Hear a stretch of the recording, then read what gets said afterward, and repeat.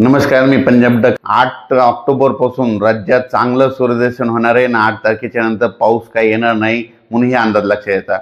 पण राज्यातल्या सर्व शेतकऱ्याला सांगू इच्छितो 2 आणि 3च्या दरम्यान राज्यात 4 दिवस चांगलं सूर्यदर्शन राहणार आहे म्हणून हा अंदाज लक्षात येतात। फक्त एक तारखेला फक्त नागपूरकडे चंद्रपूरकडे तिकडल्या नागपूर चंद्रपूर वर्धा तिकडे मात्र थोडा 1 तारखेला थोडा पाऊस येणार आहे पूर्व विदर्भात म्हणून हे विदर्भातल्या शेतकऱ्यांनी अंदाज लक्षात येतात। फक्त नागपूर वर्धा भंडारा गोंदिया चंद्रपूरकडे। पण राज्यात काय परिस्थिती राहणार आहे 3 ऑक्टोबर पर्यंत राज्यात हवामान कोरडं राहणार आहे, सूर्यदर्शन राहणार आहे म्हणून हा अंदाज लक्षात यायचा। मग त्याच्यानंतर पावसाची परिस्थिती काय राहणार आहे, कारण की शेतकऱ्याचं सोयाबीन काढणी झालेलं आहे।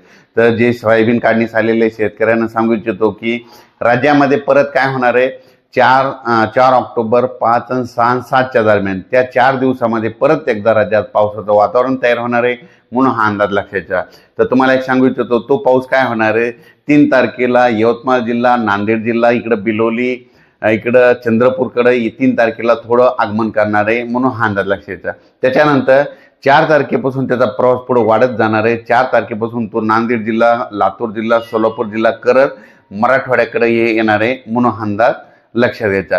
त्याच्यानंतर 4 पासून ते 7 तारखेपर्यंत राज्यात विदर्भ, पूर्व विदर्भ, पश्चिम विदर्भ, दक्षिण महाराष्ट्र, उत्तर महाराष्ट्र आणि कोकणपट्टी, खानदेश सगळीकडे हा पाऊस तुम्हाला एक सांगू इच्छितो की नांदेड जिल्हा, हिंगोली जिल्हा, यवतमाळ जिल्हा, परभणी जिल्हा, लातूर जिल्हा, धाराशिव जिल्हा, बीड जिल्हा, जालना जिल्हा, हिंगोली जिल्हा, इकडे बुलढाणा जिल्हा, अकोला, अमरावती, वर्धा, नागपूर, भंडारा, गोंदिया, त्याच्यानंतर बुलढाणा जिल्हा, त्याच्यानंतर संभाजीनगर, अहिल्यानगर, त्याच्यानंतर पुण्याहून त्याच्यानंतर इकडं मुंबईहून त्याच्यानंतर सांगू इच्छितो की नंदुरबार, धुळे, जळगाव, नाशिक हा पाऊस काय होणार आहे 4 तारखेपासून ते 7 तारखेच्या दरम्यान पडणार आहे म्हणून हा अंदाज लक्षात।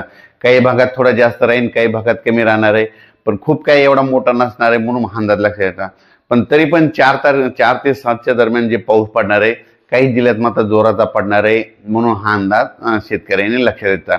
त्याच्यानंतर 8 ऑक्टोबरला मात्र चांगलं सूर्यदर्शन होणार आहे म्हणून हे लक्षात येतं। जाळेधुई आल्याच्या नंतर कंप्लीट 12 दिवसाला पाऊस निघून जातो हा निसर्ग सांगतो म्हणून सगळ्यात महत्त्वाचा हे अंदाज सगळ्यांनी शेतकऱ्यांनी लक्षात येतं। नसा काय होते शेतकरी उगत तज्ज्ञांची वाट बघत बसतो पाऊस कधी निघून जाणार।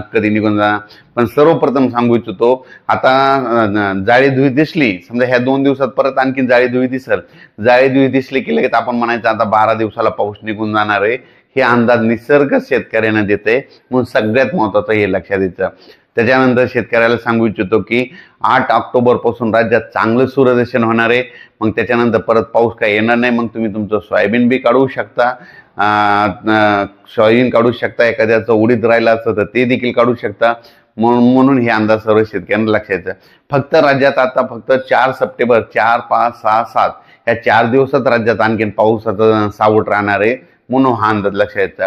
त्याच्यात सांगायचं झालं तर हा पाऊस जास्त मग परत एकदा 4 तारखेला परभणी जिल्ह्यामध्ये आहे, एकदा नांदेड जिल्ह्यामध्ये आहे, हिंगोलीकडं आहे, त्याच्यानंतर इकडं बुलढाणा जिल्ह्यात देखील पडणार आहे, त्याच्यानंतर जळगाव जिल्ह्यात देखील पडणार आहे, जालना जिल्ह्यात देखील जास्त आहे, बीड जिल्ह्यात देखील जास्त राहणार आहे, लातूरकडे एक जास्त राहील, त्याच्यानंतर अहिल्यानगरकडे एक जास्त राहील आणि त्याच्यानंतर नाशिककडं आणि उत्तर महाराष्ट्राकडे जरा जास्त राहणार आहे। म्हणजे नाशिक, नंदुरबार, धुळे, मुंबई ह्या पट्ट्यात जरा तिकडं जरा झुकतं माप राहणार आहे, जरा जास्त राहणार आहे म्हणून हा अंदाज लक्षात घ्यायचा।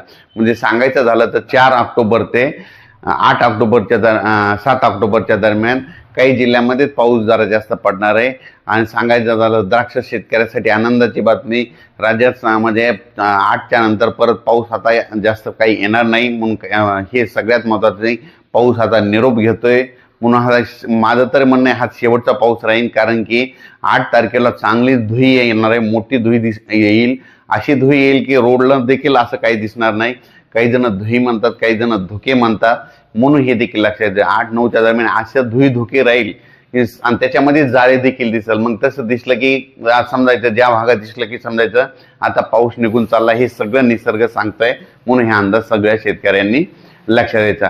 आणि ज्यांचं कोणाचं आता ह्या 1-2 दिवसामध्ये जर खडकाची जमीन असली सोयाबीन काढायला आला असेल तर तुम्ही तुमचं काढू शकता, कारण की आता आजपासून ते 3 तारखेपर्यंत चांगलं ऊन पडणार आहे, दिवसभर कडक ऊन राहणार आहे, काही पाऊस येणार नाही. फक्त काय असतंय तुम्हाला एक सांगू इच्छितो, स्थानिक वातावरण तयार होऊन अर्ध्या तासाचा 22 मिनिटाचा 15 मिनिटाचा 10 मिनिटाचा पाऊस पडतो म्हणून हे लक्षात येतं. पण एवढा नदी नाले पूर येणारा सध्या तरी महाराष्ट्रात पाऊस 3 तारखेपर्यंत येणार नाही, म्हणून हा अंदाज सर्वप्रथम शेतकऱ्यांनी लक्षात द्यायचा. सर्व शेतकऱ्यांना सांगू इच्छितो, जनतेला सांगू इच्छितो की सध्या तरी म्हणजे आता 3 तारखेपर्यंत असा एवढा मुसळधार कुठं अतिमुसळधार असा पाऊस काही पडणार नाही, म्हणून हा अंदाज सर्व राज्यातील आपल्या शेतकऱ्यांनी लक्षात घ्यावा. त्याच्यानंतर फक्त 4 ऑक्टोबर ते 7 ऑक्टोबरच्या दरम्यानच काही जिल्ह्यात पाऊस पडणार आहे आणि ते काही ठिकाणी जोरात पडेल, कुठं जास्त पडेल, कुठं कमी पडेल, म्हणून हे देखील लक्षात द्यायचं. अचानक वातावरणात बदल झाला तर लगेच एक मेसेज दिला जाईल. धन्यवाद.